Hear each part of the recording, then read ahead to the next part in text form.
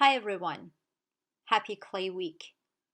My name is Raheleh Filsoofi. I'm a multidisciplinary artist and currently I'm an assistant professor in ceramics at Vanderbilt University. In celebration of Clay Week, I would like to share briefly some information about my work and I do hope you enjoy it. Through my years of multidisciplinary practice, I've utilized different aesthetic strategies by experimenting with materials with wide ranges of relevant applications to my subject matters, such as ceramics, poetry, ambient sound, and video. And recently I explored working with LED light and neon signs. But the focus of my work is on representations of the way I've negotiated and accessed concepts of heritage, place of origin, orientation, and cultural adaptability. My multimedia installations root deeply in my cultural background and acquire new identity as an immigrant and aiming to challenge the viewer's standard point of view and personal perspectives. Most of my installations are interactive, and they invite the viewer to delve into my own personal recollections of senses, sound, and place, mementos of my journeys across the national and international borders. I was born in Tehran, Iran. The story of my childhood is an account of growing up in a time that my country was torn in two different ways.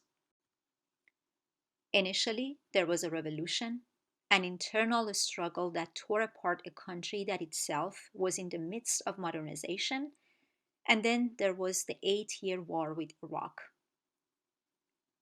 Trapped in confined spaces, trapped in houses and shelters, my generation developed an auditory system stronger than vision during those days. Sound became an important means of exploring what was happening around us, and later it played an integral role in my art and life. The sound of prayers from the nearby mosque, Persian music, and poetry, mixed with the sound of marching slogans cried out on the street, and helicopters, warning sirens, and bombing were all part of my early experiences with sound. I had quite an odyssey leaving Iran and emigrating to the States, and due to my status complications, I did not have the luxury of living a free and unrestricted life for so many years. Freedom of movement, settlements, and choice became the biggest issue of my life as an immigrant, even after I became a citizen.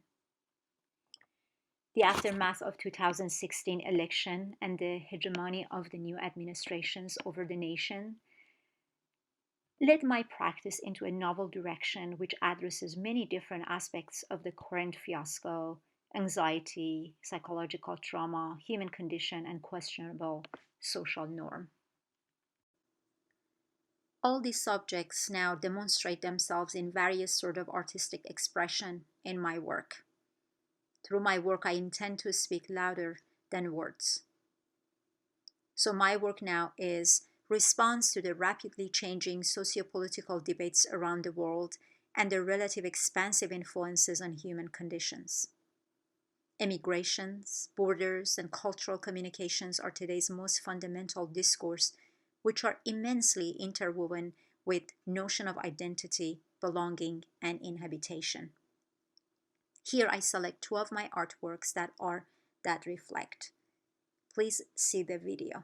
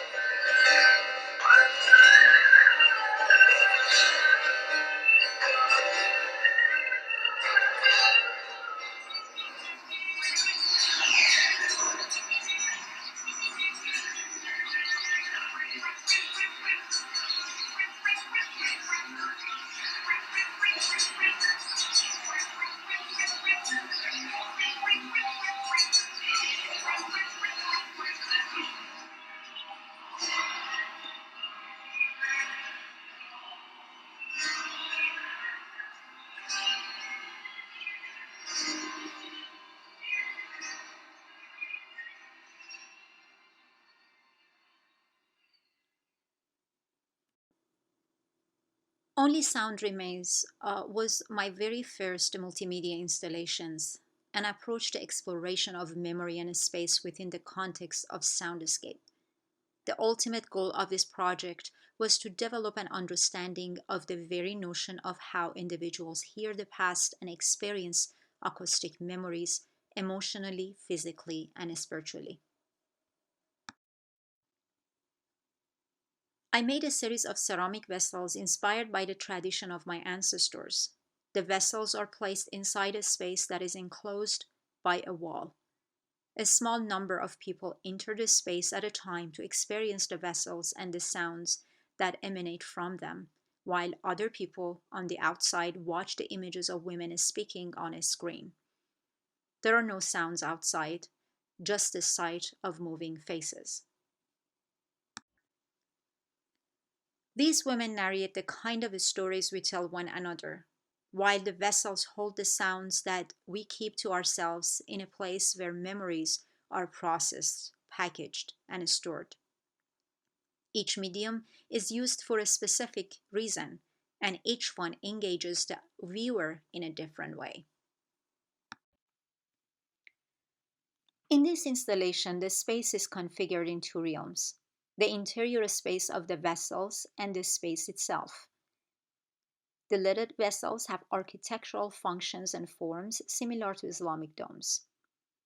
Their purpose is not to seal the vessel, but to provide a ceiling for the sound. Like the domes of Islamic mosque, which carry sounds throughout the building, these lids offer a similar kind of dimensional depth to the sound, just as the dome covers the interior of the mosque. The vessels in this installation do not only function as ceramic objects, but their functionality is also defined by the sound within them. The vessels pay homage to each and every inner sound.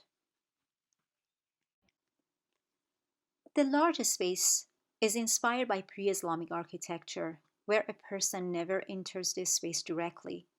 This space is a sacred place that must not be exposed directly to the outside. There is a poetry and video which prepare the viewer for the experience inside, as a transitory experience that helps to remove the viewer from outside world prior to entering the main space. The main space is arranged to engage the viewer physically through oral and tactile experience in order to have an impact on the viewer even when the viewer is no longer in the presence of the physical artwork itself.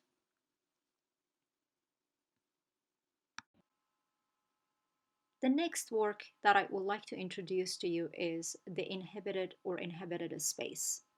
Please watch the video first.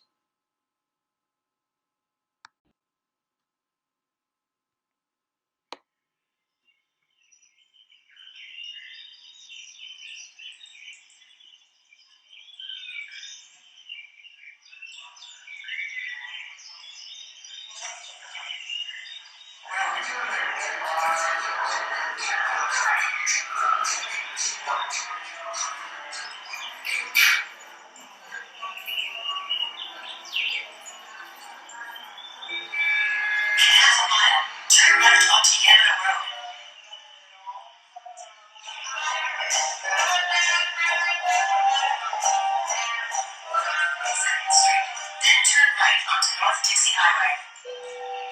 The United States Supreme Court is allowed to talk. Entering the United States until our country's representatives can figure out what the hell is going on.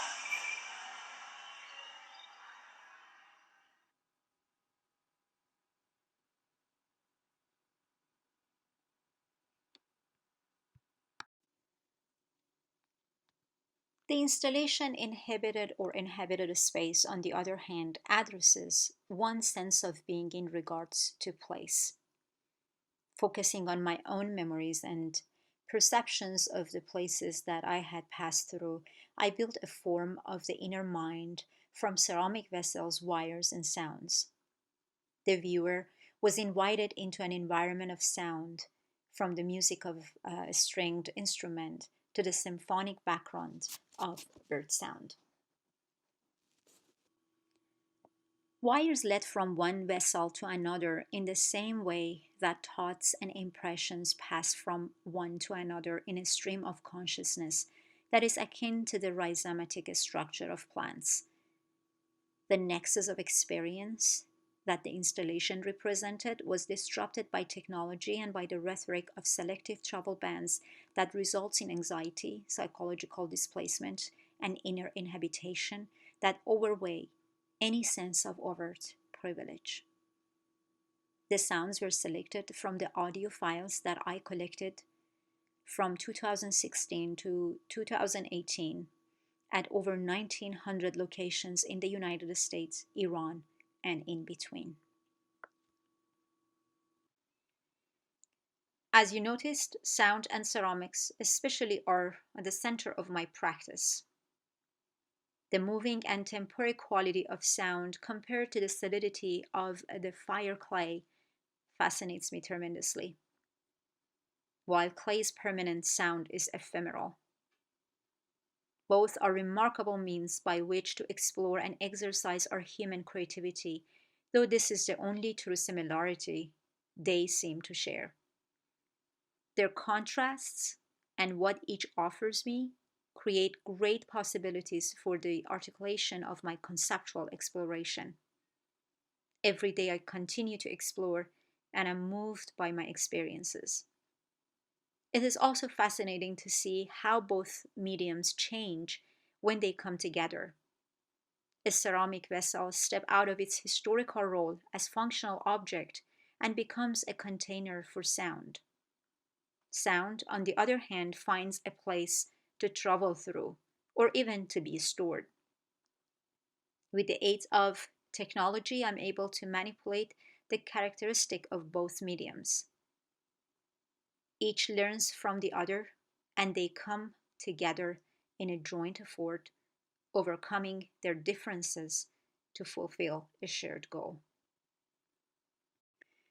Thank you, everyone, for listening. If you want to know more about my work, please check my website, www.rahelehfilsoofi.com. I do hope you enjoy your clay week.